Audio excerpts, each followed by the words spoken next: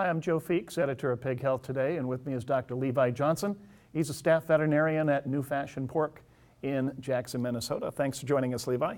Likewise, Joe. Lots of changes going on in the pork industry, specifically as far as antibiotics are managed. What sort of changes are you making at New Fashion Pork? Yeah, so we've made a transition over several years, kind of in the direction of definitely using less antibiotics, and I think that's probably a consensus across across the industry.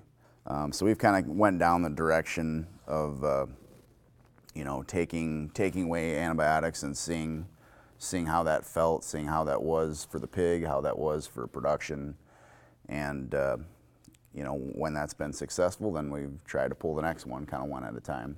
Now you say when it's been successful, that suggests that maybe there were some times when it wasn't a good idea. Yeah, I mean, there's definitely a place, I think, for feed medication, and certainly different systems are going to be a lot different on their experiences, on their health, on how they flow pigs, on just a lot of nuances like that. I think make going without feed meds a much better option, maybe for us than others. It's kind of like learning how to ride a bike on training wheels. However long you're on the training wheels, it's still going to be a little bit a little uncomfortable and a little scary once you take the wheels off. But you eventually learn. Yeah, I mean, at some point, for us, we just had to try it. We didn't try it across our entire system at once. We tried it in a few sow farms and that flow of pigs. Tried it in one, tried it in two, liked what we saw. So we had some confidence that we weren't gonna jeopardize health, and we haven't. So you're still using feed medications? Today, I'd say we have one flow we have feed medication on, and that's just because they have a very bad PRRS virus. Okay. And that'd be the only one. What are you doing to fill the void? Because obviously, pigs get sick. Yep. They are always processing different diseases and so forth. You're putting more emphasis on vaccination, injectable antibiotics. What's your strategy? In our path of removing feed antibiotics, we've been increasing with vaccine at the same rate at the same time. So yesterday I talked some about Salmonella, so we definitely deal with, I would say, more cases of Salmonella and probably more severe cases.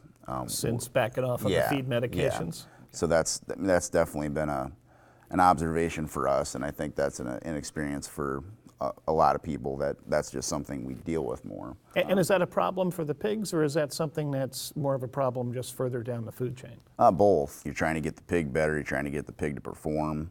Obviously with Salmonella, that can lead to adhesions and packer problems. And obviously food concerns too, as far as food safety. So we don't take that lightly. I guess in our hands, the being able to be successful with Salmonella has largely been just really nailing down and raising the bar on husbandry. I mean, so that's ventilation and looking at different ways to feed pigs to try to get more acid contact on Salmonella that may be introduced in the pig enterically. And if we could talk about that just a little bit more. I mean, you mentioned ventilation, acid in the feed. I mean, could you elaborate on that? Maybe ventilation first. I think that's maybe the most important in our hands. Having enough minimum ventilation, when we start getting cold, so that we're moving enough air to correct for gas and especially humidity, right? Any bacteria, especially Salmonella and other coliforms, really appreciate that humid environment. So that's the bug part of ventilation. Also, if your barn's too humid, your slats are wet, your pigs are wet, so that's a direct loss of about 15 degrees, or what feels like 15 degrees to the pig, just because moisture is a conductor of heat, and it takes heat away. That. So you have the pig, you have the environment, and also you have just other comorbidities, other bacteria, and just general stress on the pig itself. And all of those things are going to challenge that pig potentially and make him more, set up for infection. Salmonella, I think, is interesting too, because we know that it's an intermittent shedder. Pig's going to have some salmonella inside some cells, sometimes in lymph nodes, for a long time. And basically, most populations of pigs and frankly animals are going to have some population of salmonella. But stressful events, we know, is going to make that pig shed more salmonella. What about, is there anything more that you could do in terms of vaccination or injectable antibiotics to reduce the incidence of salmonella? Yeah, we vaccinate all of our pigs on arrival for salmonella. That's been definitely the right course of action for us, especially trying to get ahead of that disease process. Salmonella tends to make pigs that kind of get a chronic colitis.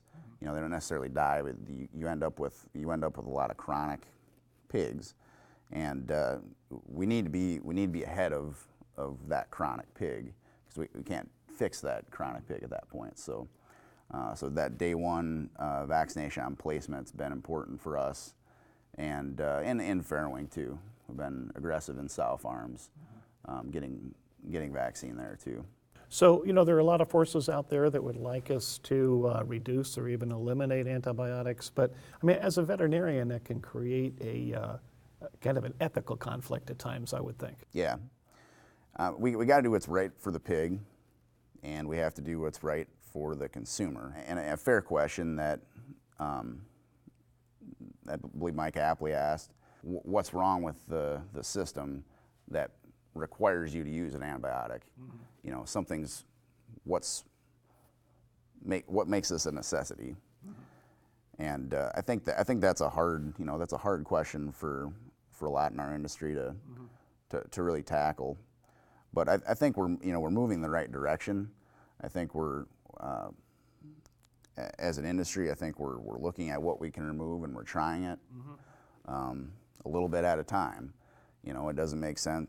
It'd be a terrible idea, I think, for everybody to pull feed meds today without having an idea what that effect would be. Yeah, because it really comes down to the welfare of the animal, doesn't it? Yeah. And the whole conversation of antibiotics is all supposed to be reducing resistance in human populations for human treatment success. There is a risk of, if we don't treat pigs that need to be treated, we're going to drastically increase the contamination potentially. So that can be a human health risk directly, whether if there's contamination things at plants, and also just from a resistance standpoint. If you think about it logistically, if you have a way higher population with a little bit less resistance, that might look the same as a lower population of bacteria with a little more resistance. Maybe we're not actually moving the bar the direction we intend to. So I think that's kind of something we need to think about in this whole thing. And again, that's going to be situational and producer to producer dependent. No, you make some good points, Levi, and it'll be certainly interesting to see how it unfolds and to see what you do personally at New Fashion Pork. So thanks for sharing your insights. Thank you. We've been talking to Levi Johnson. He's a staff veterinarian at New Fashion Pork in Jackson, Minnesota. Again, Levi, thank you for your time. Thank you, Joe. You bet.